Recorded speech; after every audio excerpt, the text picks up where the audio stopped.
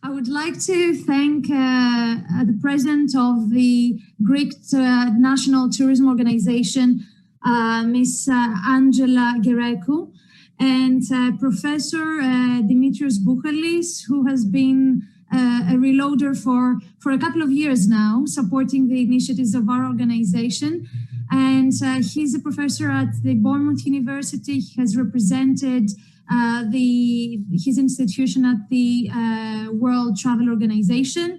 And perhaps it is worth giving the floor to you to introduce yourselves. So let's start with Ms. Gerekou, please. I have to say that I'm really glad and honored to be with you. And I want to begin very soon the whole interesting conversation I am sure that we're going to have. I am president of the GNTP, as you said. We're facing this difficult situation for our tourism, as you know, and we'll try our best to not lose the whole touristic season, but to gain as much we can under those circumstances. So I am really honored to be with you and very glad to discuss about it. Thank you so much. Also, you have served as a Minister of Tourism in the past. Yes, it was 2009 and 10, and then again 6 years ago for a short period. That is great.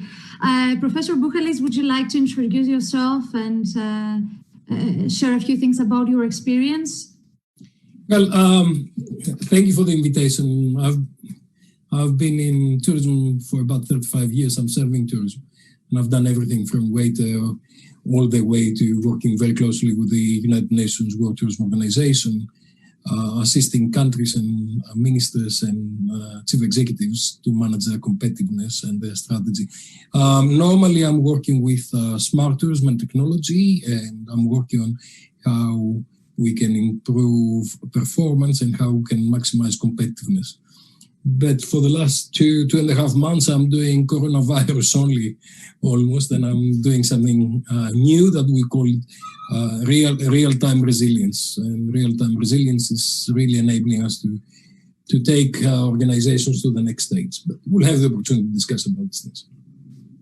And how do you feel about the current situation? I mean, we have all been working from home for the past 6 to 7 weeks.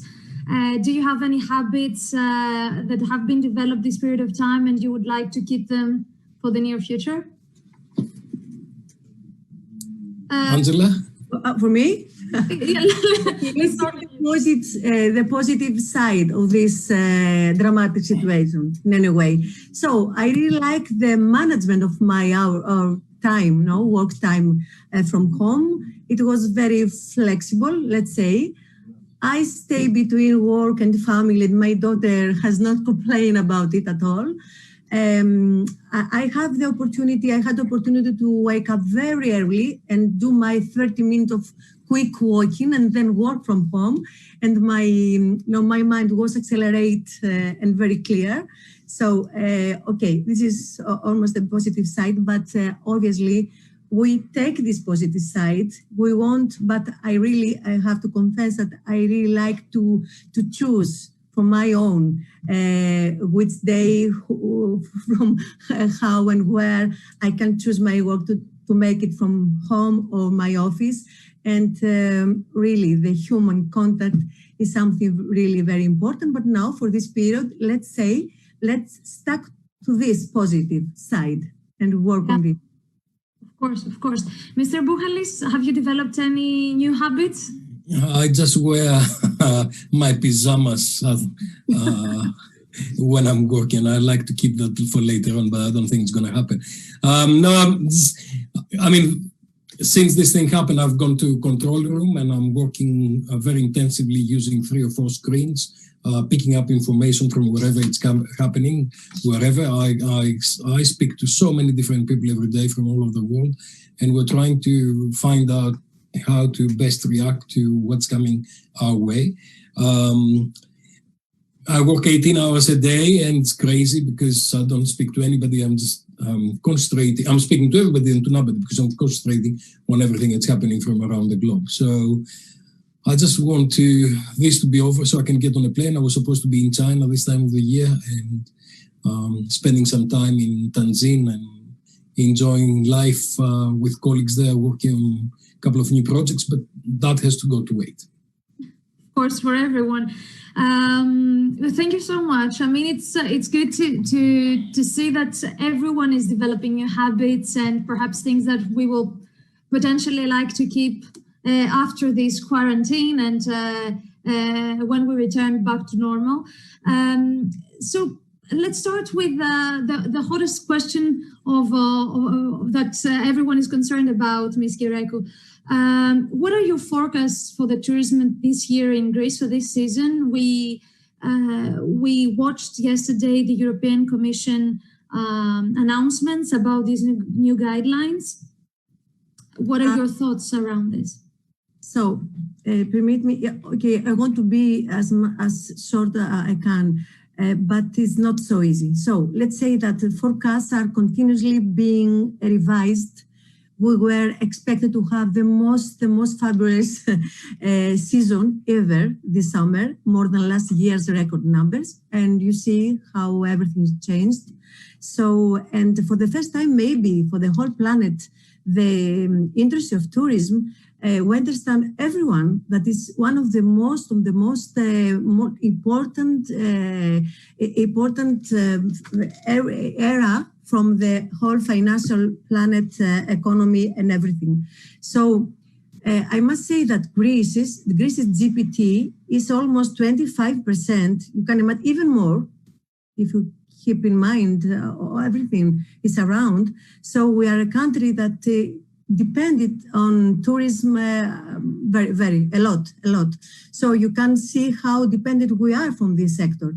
So yesterday, yes, we have welcomed the guidelines and recommendation from tourism and transport in EU, presented by the European committees to help member states to understand and to have, let's say, a common policy, but it's not so easy, though. Most probably tomorrow, the Greek government will announce the health protocols for our industry. So let's see the combination between the European Committee and our national protocols. I think for every country is going to be like that. So we have the whole picture tomorrow to really know what it's all about and how to go step by step from the day tomorrow. So tomorrow is a very, very important day for us, for the hoteliers, for the strategy we're going to have, from the promotion, from the publicity at GNTO, the whole market we're going to have from the countries who are going to be open, and the whole health care protocols, if they are convenient for the air transport companies, everything. So tomorrow for us is going to be a day to know what is all about and how to go further for this summer, a strategy. Thank you very much.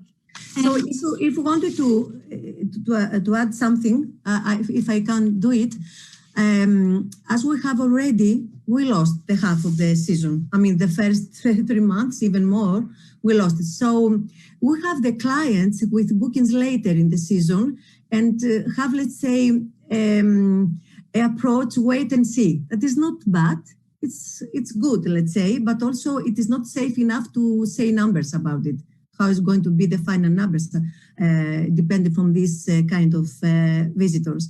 So like many in the industry, I believe that Greece's success in containing the virus early is the key really for a quicker recovery. So we invest on this for the first period. Then you have to face the next day to continue to be safe, as we are, let's say, now in comparison with other countries. And so there are leading tour operators who have stated that they want to bring tourists to Greece instead to go to another country, because due to the successful management that has been done in our healthcare sector. So in the same time, the Ministry of Tourism and is in collaboration with other countries that they have, let's say, the similar circumstances. So they're trying to make a transnational cooperation. So we extend, let's say, our market from those visitors who probably they want to come in Greece with a safer way, with the, the whole this duration. So let's hope that everything is going as much as possible well for this touristic season, for Greek tourism of everyone, for the Europe tourism of everyone. But for the Greece, it's like this, as I'm describing to you. We're waiting and we're, at the same time, we're doing a lot of initiatives, we take a lot of initiatives to see how is the market around with other countries as well. Close to us, even not so close, Balkan, and other countries as well. Let's see what is the countries going to open first. What is those countries? And what's going to be the protocol for the aircraft and everything? European community says that not distance in the aeroplanes, but only the masks. Let's see. Those are the situation that is going to be put it on the table and discuss about it very soon, because the 1st of July that probably we're going to open our tourism in Greece. It's not so far. It's very, very close. Let's say for the summer season. And let's hope that we can extend the season for September and October if everything is going to be okay from coronavirus side. Thank you very much. Professor Buhalis, would you like perhaps to share with us your views in regards to the Mediterranean region in general from your research and knowledge? No, actually, I would like Ms. Gerekou to explain to us when she expects as Greek National Tourism Organization for the season to start and when she expects hotels to open. From what we've heard, these hotels, 12 months hotels, the ones that are not seasonal, they open in the 1st of June. Other than that, there are rumors. The minister has talked to BBC and he said about the 1st of July, seasonal hotels will open. A lot of other rumors go around. Ethnos today was publishing that on the 8th of June, seasonal hotels will open in the different destinations. Do we have a date? Exactly what you said, Professor Buhalis. There are rumors. That's why we want to wait for tomorrow, let's say, or after tomorrow, to have really a schedule, a precise schedule. What is going for us to face? What is going to face it? Because, okay, we are talking about 12 months hotels that is going to be open. They're going to be open, let's say, the rumors, they say, of June, but we don't know exactly when, because everything depends from when they're going the countries leave open our frontiers, where the aeroplanes they're going to flight, and which is the protocol of health as well. Okay. Well, this is a chicken and egg, really, because if we don't know when we open, flights cannot open. So it's a chicken and egg. As I said before, talking with tour operators, it seems that they are ready with their customers to come to Greece. But we're going to have, we must be free to do it. I mean, the countries, even London, I think, England, I think, it said that if the tourists come to Greece, probably when came in England, they're going to stay in quarantine for 14 days. This is so negative. I mean, yes, they say absolutely, but this is from England. If these rumors they're really true, yes, it is true. Very exact as we are talking now. We don't know exactly. That's why I'm saying the May is going to be the month that is really show to us exactly what we're going to do. The month, but we have some scenarios because we must have alternatives. Even from GNTO, we have almost ready campaigns, for promotional for our country, depending from when the countries are going to be open. That's why we're going now a platform where now we have a platform, Greece from Home, if you know about it, to keep warm the memory from Greece to the people, to our visitors, let's say visitors, if they want to come, when they're at home in our countries as well. It was the minimum we couldn't do it. I mean, to keep it warm and to keep alive. I can understand perhaps that this is a critical period of time, and perhaps this is the week that a lot of decisions will be taken. So perhaps it is worth moving on to the other questions we have, because it's going to be a chicken and egg on the only thing everything. That's really, Veroniki, I think the only thing that's really critical that Ms. Gerekou and the Minister and everybody else in tourism needs to understand is the fact that hotels do not open just by opening the door. Especially seasonal hotels will need 2 months worth of preparation. They need to employ staff. That currently staff cannot go to destinations. They need to train them. They need uniforms. They need to open up. They need to train the new protocols, that the new protocols are not there yet. So it's really, I hear everything that everybody's saying, but I'm really very stressed and I'm bringing a lot of comments from colleagues who operate hotels in Corfu, in Kos, in Rhodes, in Crete. I am from Corfu. I know that we've met there as well, and a lot of my friends in Benices. 99% depended from tourism, Corfu. Absolutely, and every Saturday morning, one of your compatriots, Mr. Pachis, is organizing a meeting where we try to get together to help Corfu restart again. But everybody is asking for a lot of questions, and a lot of questions that a lot of conflicting messages are coming out. And I think somehow we need to get to the bottom of it, and we need to understand what's happening, and we need to see how we can help hoteliers, travel agents, tour operators to prepare, because they need 45 days to 2 months to prepare, because otherwise they're not going to be able to operate. I agree totally with you. We need the answers. We need the data. What we're going to do, it depends from what we have in front of us. In front of us, we really have a sound that moves everywhere. That's why I'm saying 3rd July maybe.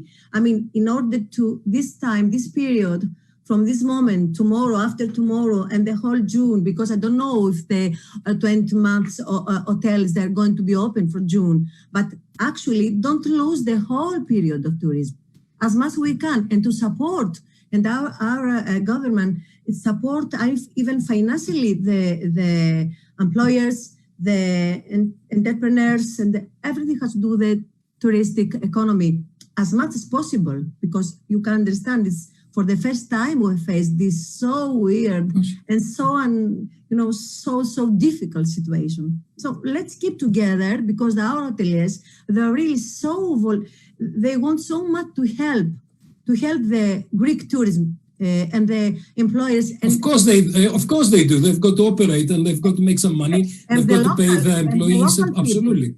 So, absolutely. We're fine. Let's keep not so optimistic, but let's keep in mind we are going to take every chance we have to lose as much as minimum and to gain as much as possible. We see, and let's be ready and start to be ready for the 2021. It's going to be the very, very difficult, even prohibitive season for our tourism.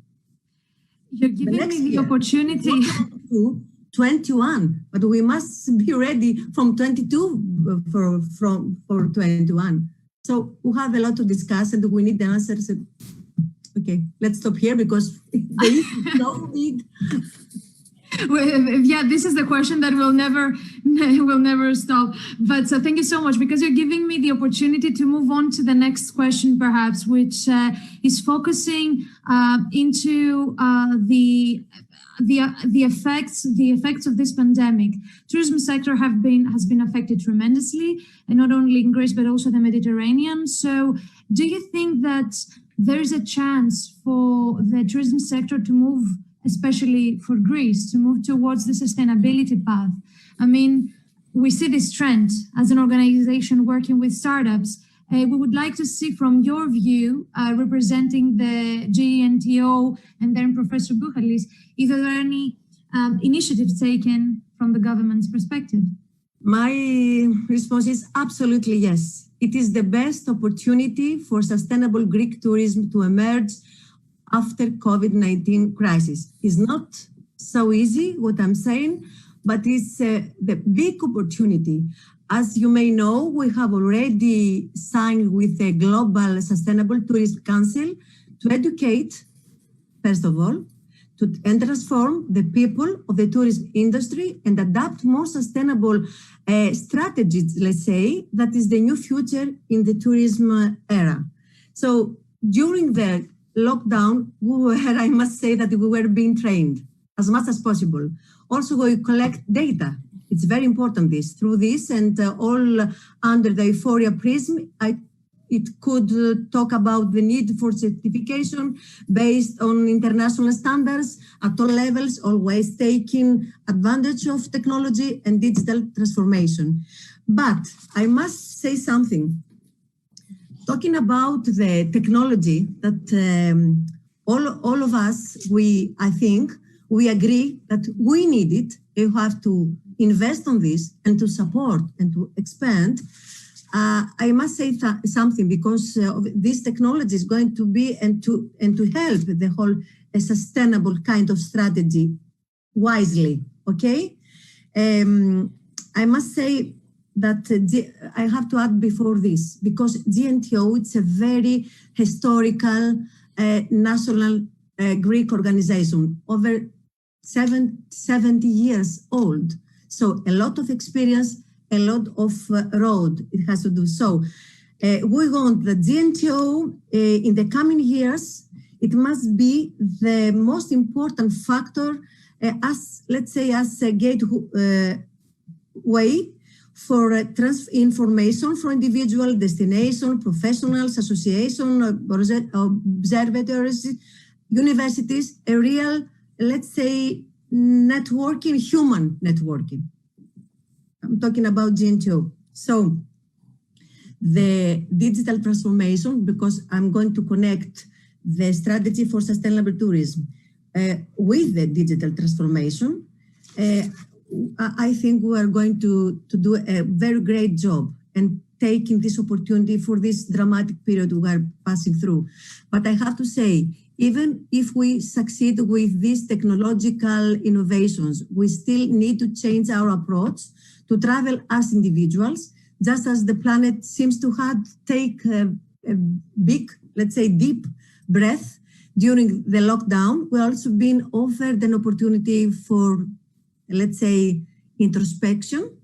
So it's a tool we have to go on differently as visitors for our tourism as well.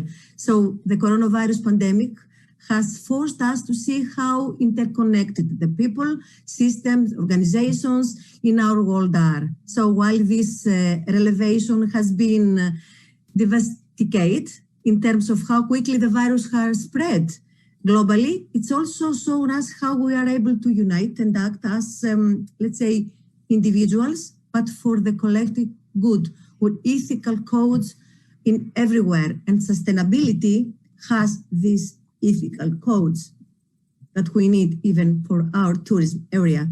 We need for local identities, we need to love and to protect our environment.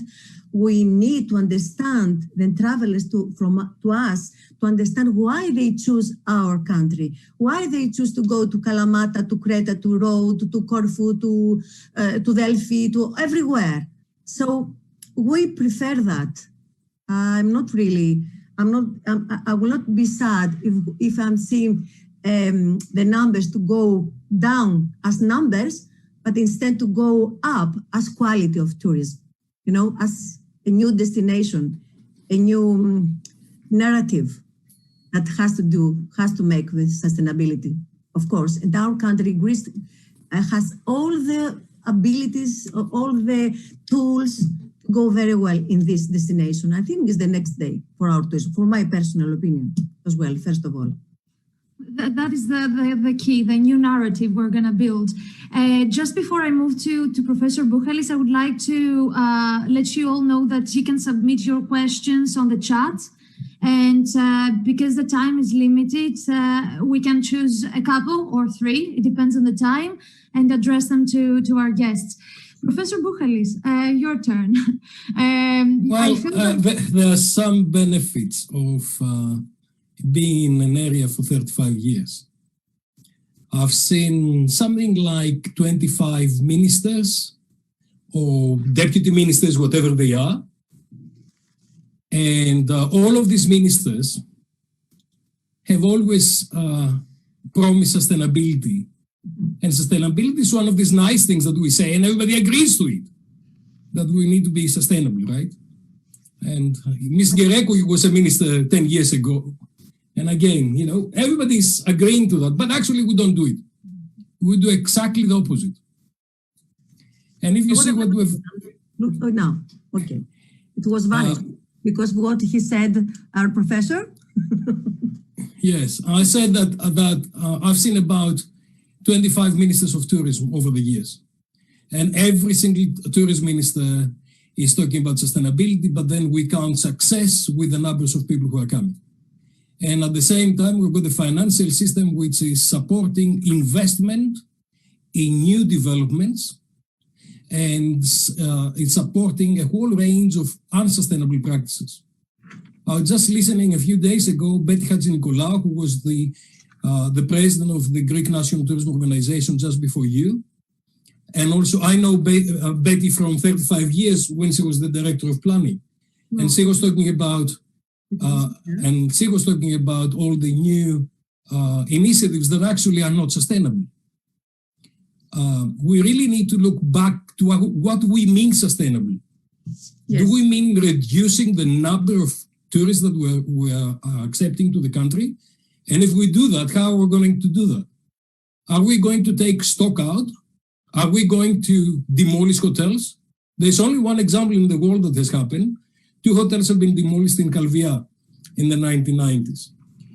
So I think we really need to be much more specific when we talk about sustainability. It's a nice thing to say, but in actual fact, we need to understand what we're talking about. Let's go back to Corfu. A couple of years ago, we had a huge issue with waste and rubbish and all the rest of it. We still have a huge issue about sewage and the sewage systems. We really need to look into how can we look into energy management? How can we look into water management? How can we look into blue and clean seas? How can we actually manage what we've got in order to manage operationally and strategically in a better way? If sustainability means that we're going to, and you mentioned, Ms. Gerekou, that you'd like to reduce the number of people who are coming to the country. No, I like, but I don't really feel very sad if I have the quality that comes to us, even more of financial income, from economic income as well, with more quality and more protection for our environment and our community and local community and our products and our culture, and everything has to do with that. Means Greece and every country must find we need to concentrate much more on actually sorting out basic destination management. We need to concentrate on basic infrastructure. We need to concentrate as a country to actually develop our competitiveness. And if you see what's happening in Spain, if you see what's happening in Portugal, in all the competitive countries, you'll understand exactly what I'm saying. Sustainability is one of these soft words that means everything to everybody. But actually we need to have direct and specific actions to improve the impact on the environment, to improve the impact on culture and society, and to support economics. And it's not about reducing numbers of tourists necessarily, but it's really improving positive impacts. And those need to happen in a much more complicated way. For me, the question was focusing a little bit into the decarbonization, the footprint and the infrastructure, because essentially the question goes down to that. I don't know if Ms. Gerekou would like to add anything further. Yes, I try for a few words. So, Mr. Buhalis, 10 years ago, 12 years ago, when I was Deputy Minister, as you said before, yes, I mentioned and I put on the table all this issue about sustainability. It was like to talk Chinese language. Nobody could understand really what that means. We were ready maybe to understand, even the local authorities, it was so difficult then. Okay. It's still the same, I'm afraid. No. Couple of years ago, we couldn't get the rubbish collected in Corfu. Sure, but that depends. So the issues are not different. The issues are the same. Okay. I agree totally with you. We're not going to talk about sustainability if we not find solution for what everything we are saying. Okay, but we're now in this momentum. We're passing through a very critical, difficult, dramatic period. If not now, we're not alarmed, we're not open to accept all this, it's happening around us and to change, first of all, mentality. When? That's now is the momentum. So we're starting for something very, very substantial. I mean, I'm saying now that we have a great collaboration. We start already with the Global Sustainable Tourism Council to educate, as I said before, first of all, our people in our ministry, in the GNTO, with local authorities, with everyone has to want to be part of these webinars and education. It's very, very welcome to do it. This is the first, education, to educate the people. If we don't change the mentality, 1,000 ideas we have, we can't really apply these ideas. Let's say Slovenia, it's a small country, 2 million people.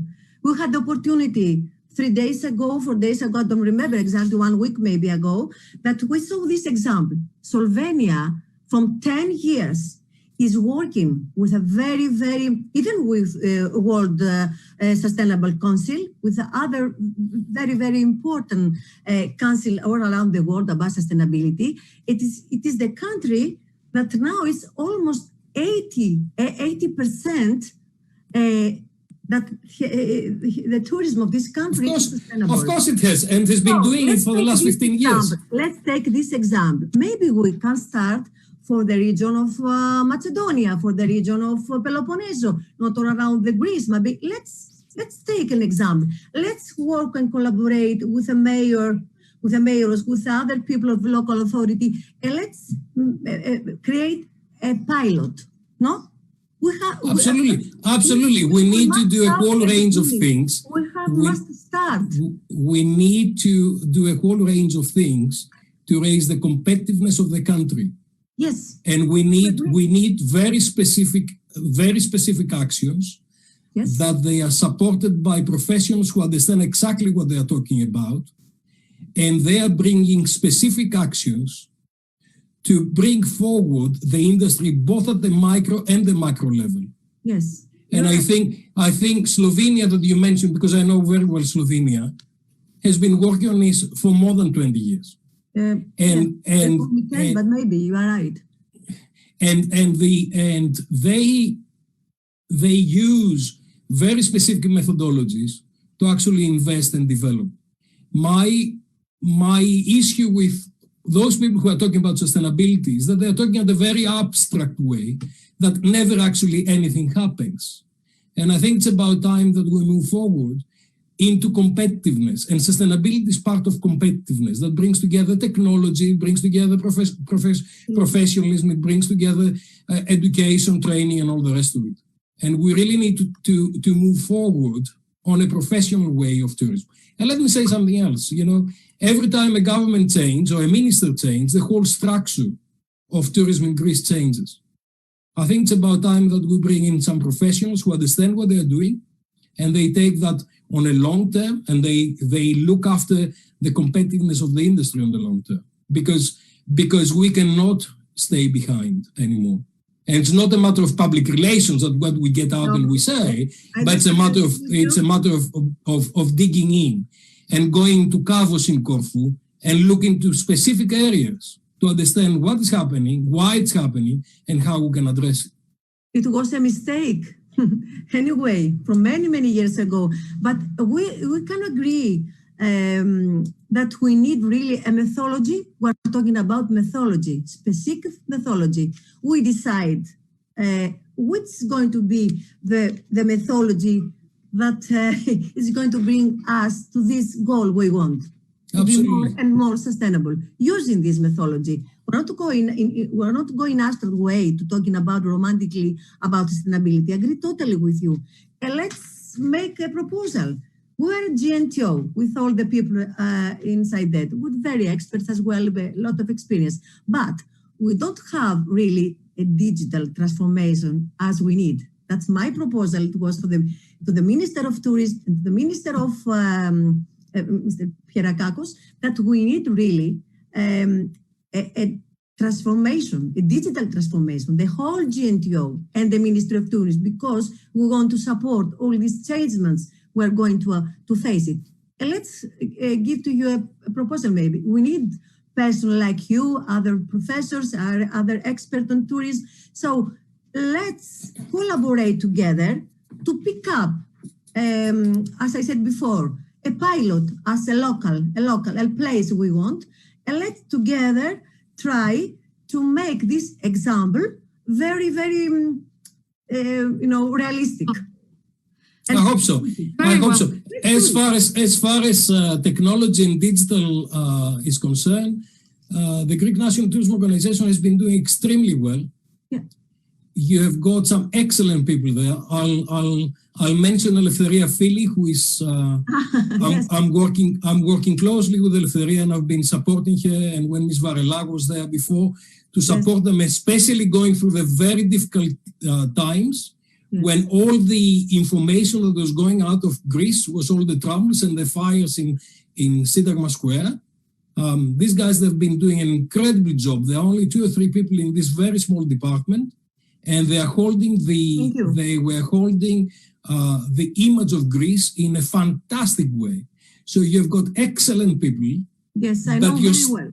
But your structures, need to improve dramatically. Yes. To support professionals to go forward with what we need to do. Shall I ask you a question, Professor Buhalis, towards that direction? Because there are 15 minutes left, so I would like to move on to the rest of the questions.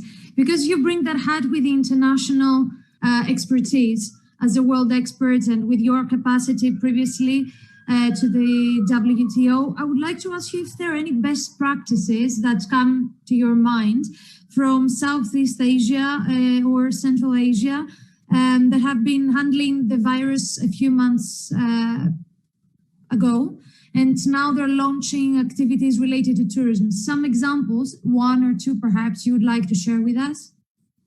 Well, if you understand Asian cultures, China in particular, and then the whole region, Hong Kong, Taiwan, they are very much, Korea, they are very much into technology and smart technologies. So what they do is they've got a whole range of systems that are all interconnected. They all collect information in real time. They analyze big data in real time, and they are making decisions in real time.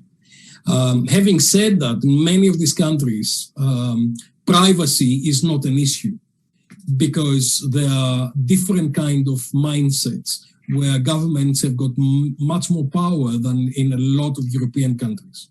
So a lot of the best practices happen now because what they've been doing is tracing people where they've been based on their mobile phones, and they had traceability back to individuals, where they went, who did they meet, how long did they meet them, because of the proximity of mobile phones.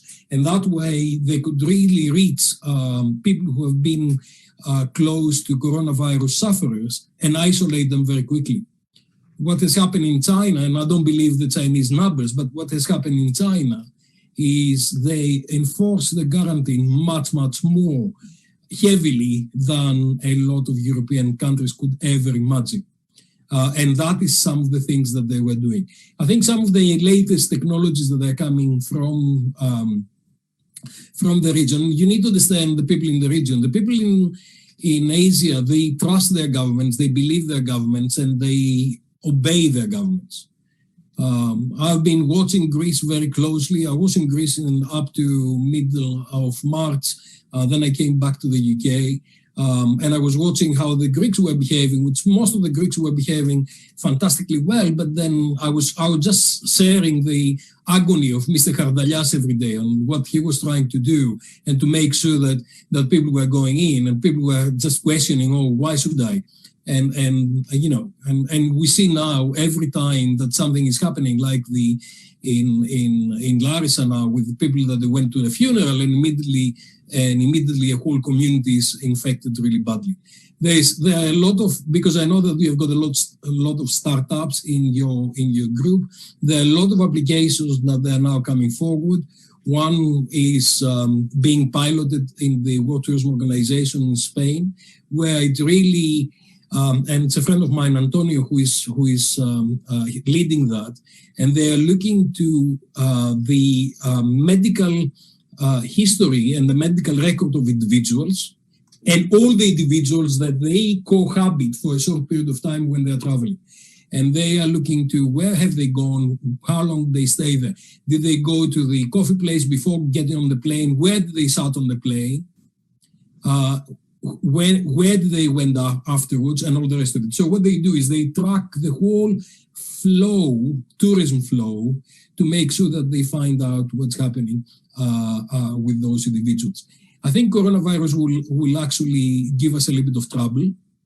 I think there are three periods. I think the period that we are now, which is the emergency period, where I've been saying since the 3rd of March that this is the time for solidarity and humanity. We really need to look after each other for this period of time.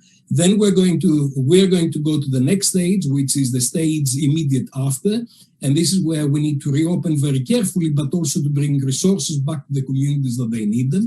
You know, there are a lot of friends on the Greek islands that they are desperate need to have some income, and they desperately need the tourism industry to start very, very carefully, because otherwise we're going to have a lot of victims. And then we've got the longer term, where we are going back to the new reality. The reality will be new. And then we've got the long strategic view, which is, I call it the strategy 2030. I'm working on a strategy 2030 for tourism for around the world, where we understand what people would like to do in the longer term and understand how the industry should actually improve the competitiveness.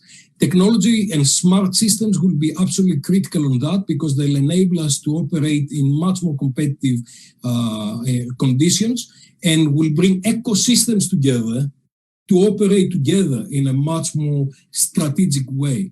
Now, a lot of people will get out of the business during this period of time.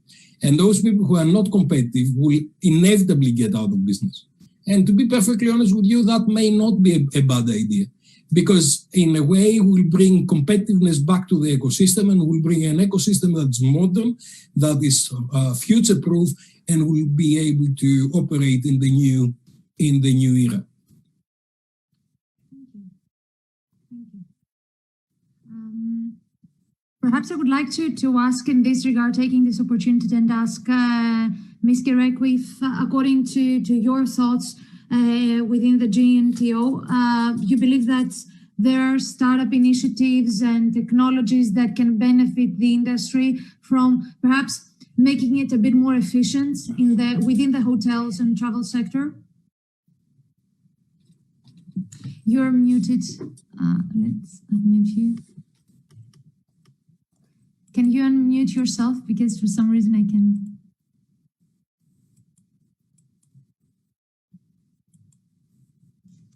Yeah. It's okay? Yeah, perfect. Yes, excuse me. So obviously, GNTO support and promote startups. And I'm thinking now, for example, has to do that I have in my mind from the Hellenic Chamber of Hoteliers. They have a great initiative about startup and support and help new people, young people. They want really to raise a new startup company, specialized in technology connected with tourism as well. So we're really giving effort on this because we know that it's the future. And there's some, idea as well from the small islands where now we're studying with the startups, with a kind of startup, to promote the small islands through a specific platform to promote as a specific kind of touristic product. The small islands under 3,000 of people, habitants, even 5 maybe as well. So we are really working on this, and we're supporting and promote these startups and technology as well. But as I said before, with to be conscious and to be careful and to take all the positive of this technology transformation more and more day by day with the ethical code that we need as well. Go on. That is very true. And to be very honest, over the past couple... Yes, sorry. Oh, no. What I wanted just to say is that over the past couple of weeks, we have been involved into this Greece vs. Virus initiative, into the evaluation panel.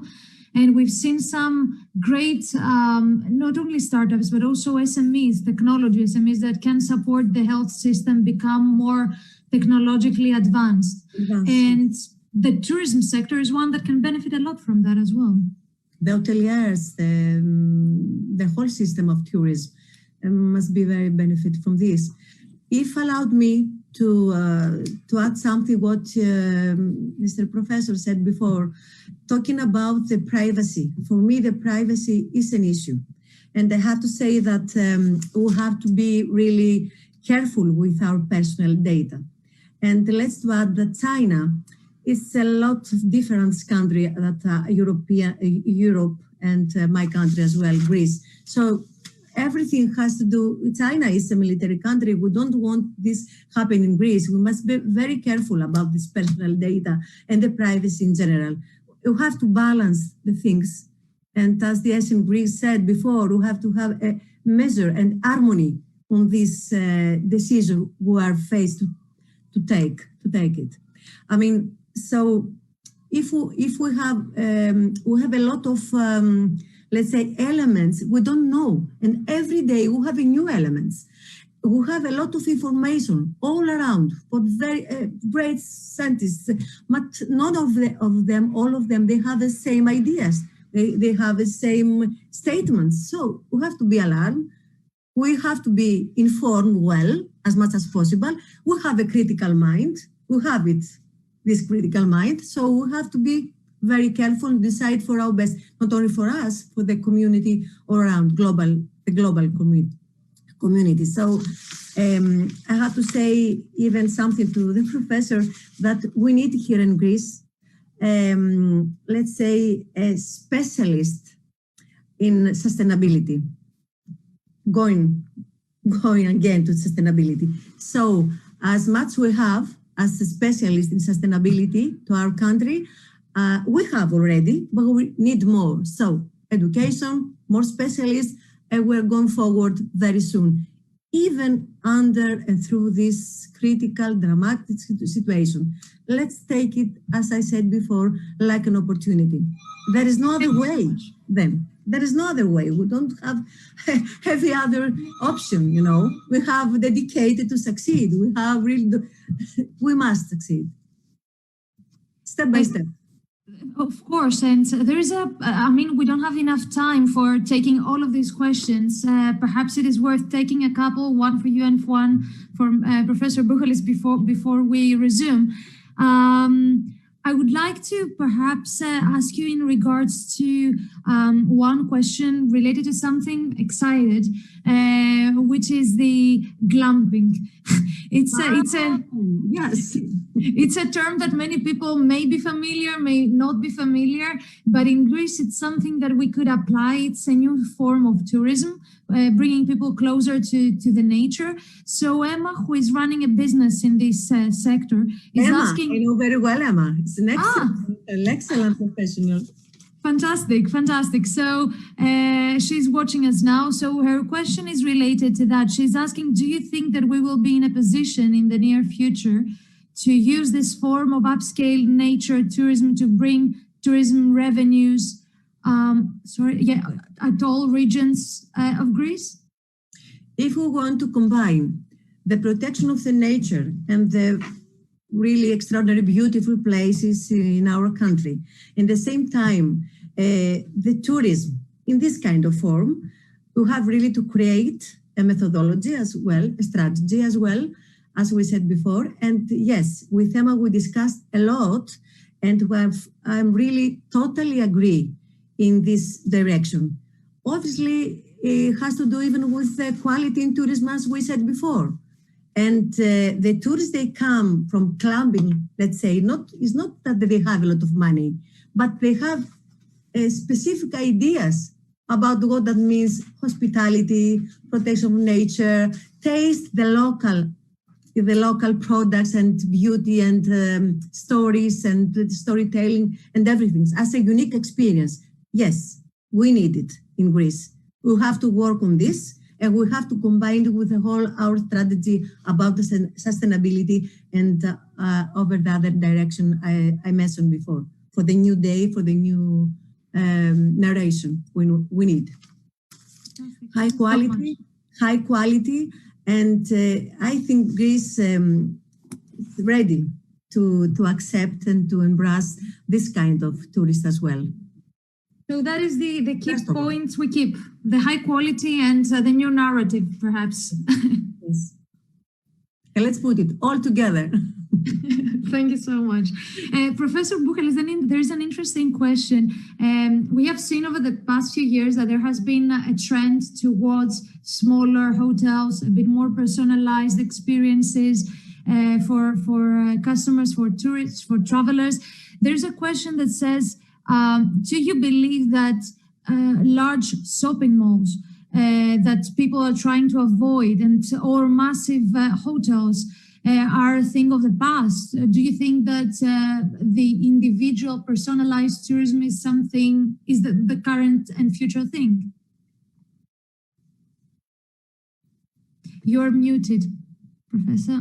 Let me unmute you. Unless you can do, yeah. Okay, thank you. I think there's always this kind of debate, big or small.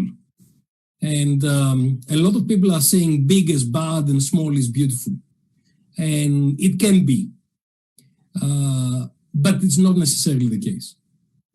What's happening is that you really need to understand what you are proposing to the market and do well on whatever you do.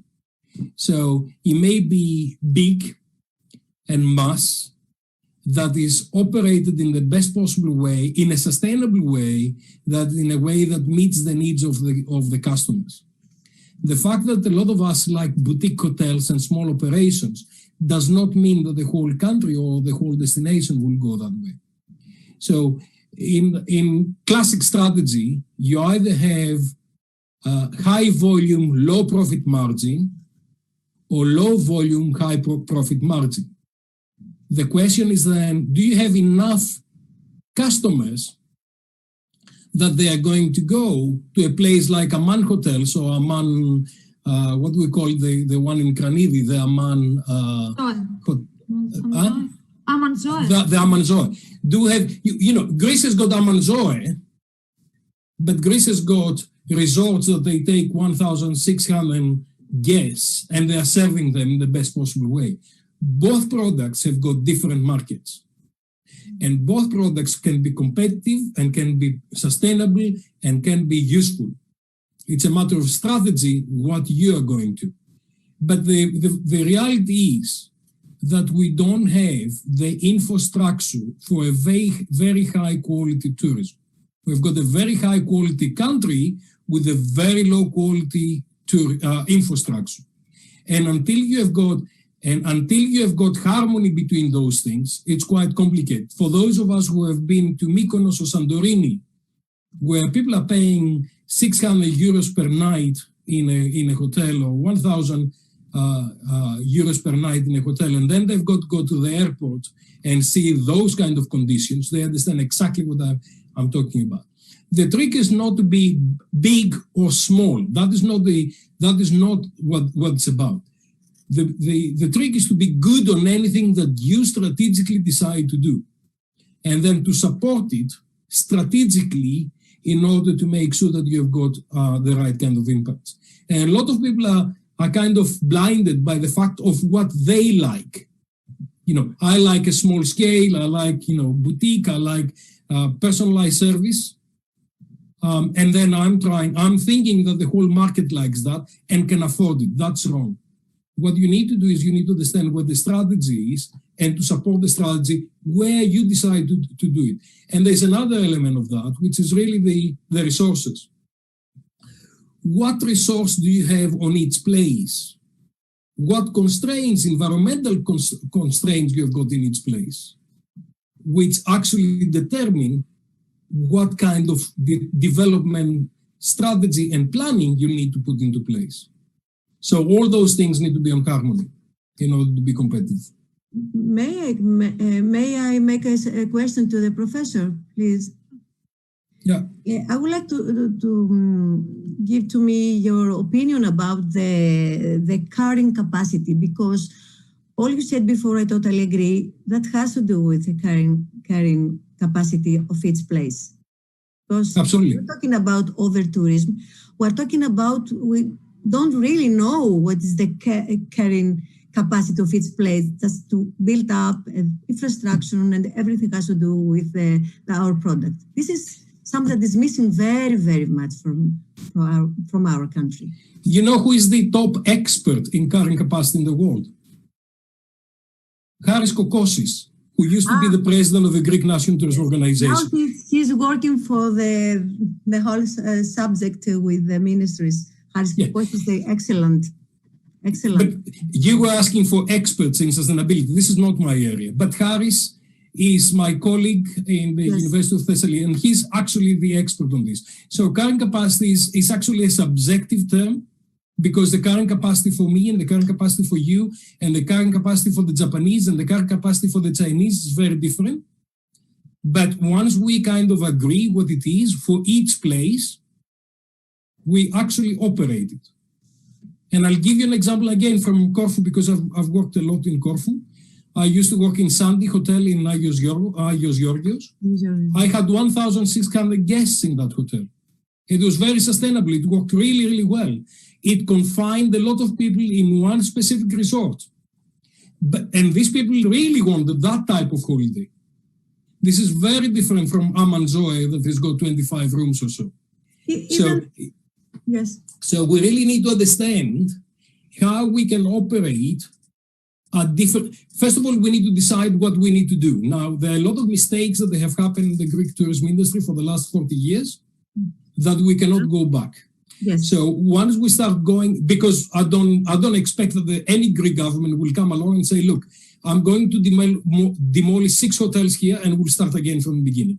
I don't see anybody having that kind of political appetite, and I don't see any of that happening. So what you do is you say, look, we've got this environment, we've got these resources, we've got this infrastructure, we've got those people that we like to support, we've got those local residents that we're trying to support at the back. What do we do on a 10, 20 years scale to actually improve everything? Now, coronavirus is giving us a little bit of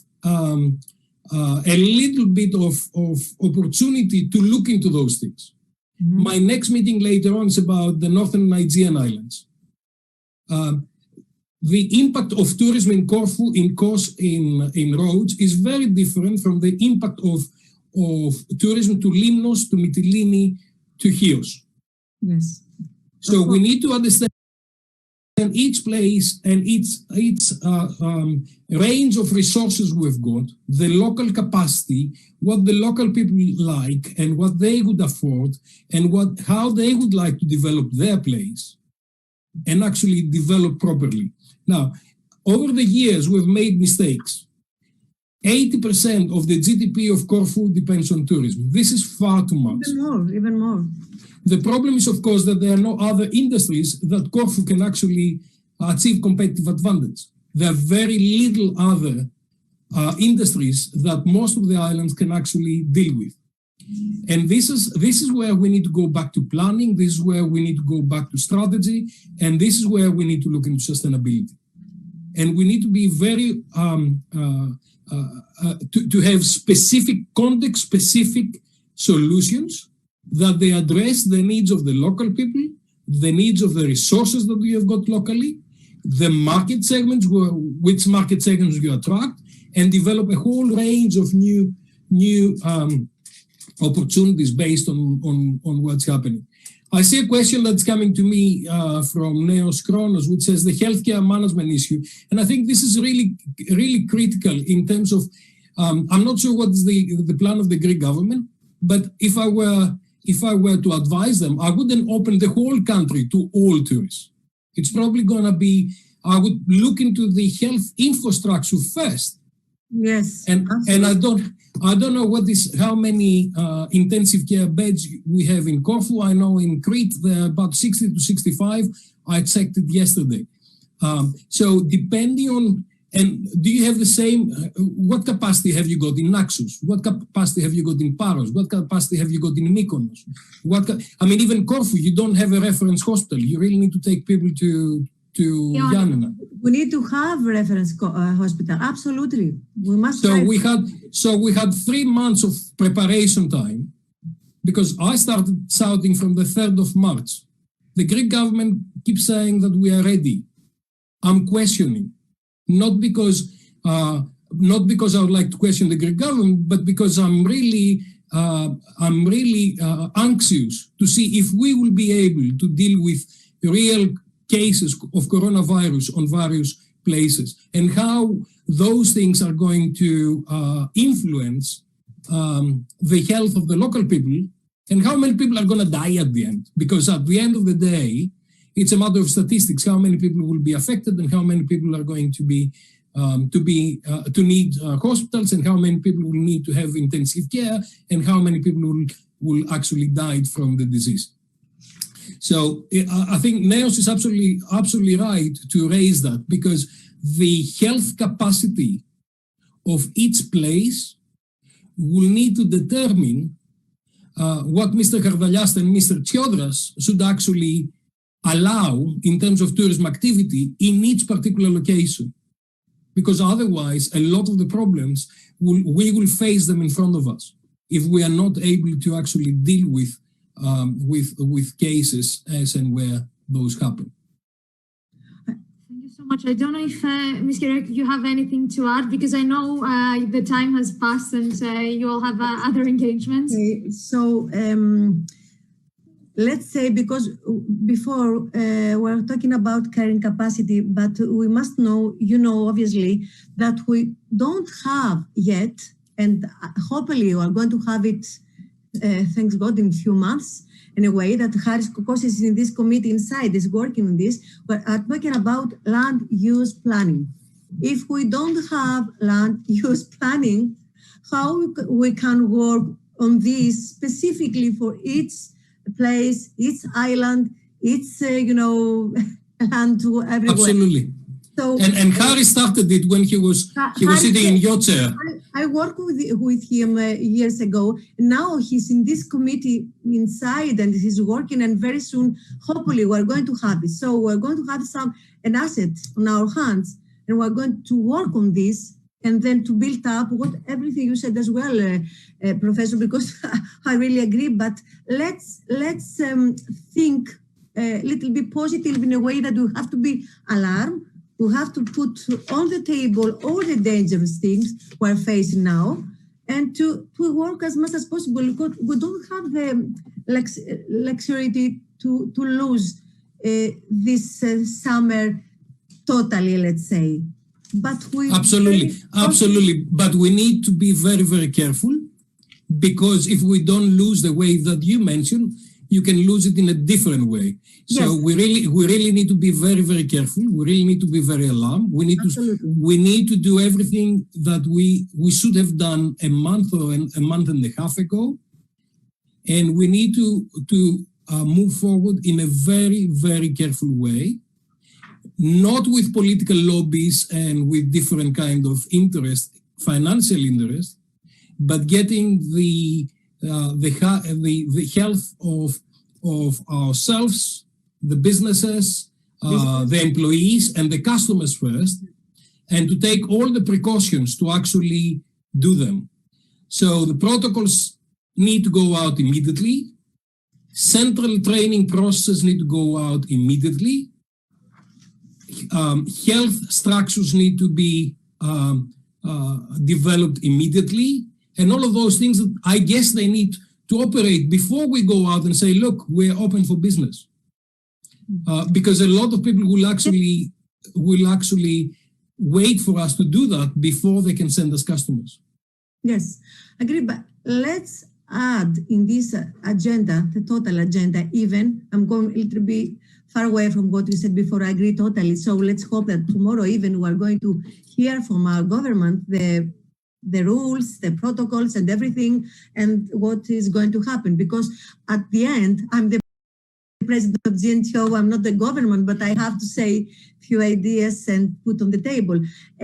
Let's add in this agenda for the new day and how face it not only about the health issue, this is the most important, and the capacity of from its island in its place regarding the hospitals, the health centers, etc. Let's add the local product, the Greek gastronomy, the health gastronomy, that I have to mention something. I'm really sad about it. It is around the research about how is the percentage that the hoteliers, the restaurants, everything, they're using as products from imports. It's 80%. Yeah, absolutely. 80%. And we have such a positive, such a beautiful, such a unique product, local products. Let's support from the center as like a strategy from central government. Let's really support all this era from the local products with the identity of each place. And instead of 20% in hotels and the restaurants, let's use the 50% of our Greek local products. And then we see that another era is developing very, very, very well, and add in the financial way even the income we have in this area, the combination tourism and the other area of agriculture. Absolutely. You need to consider though why the local hoteliers, they only use 10% of the local product. And I think what we need to do is we need to develop the whole value system in a much more clever way. And we need some of the clever people from Reload who actually understand value chains and ecosystems to help us do that in a collective kind of way. Yes. And to develop the strategy.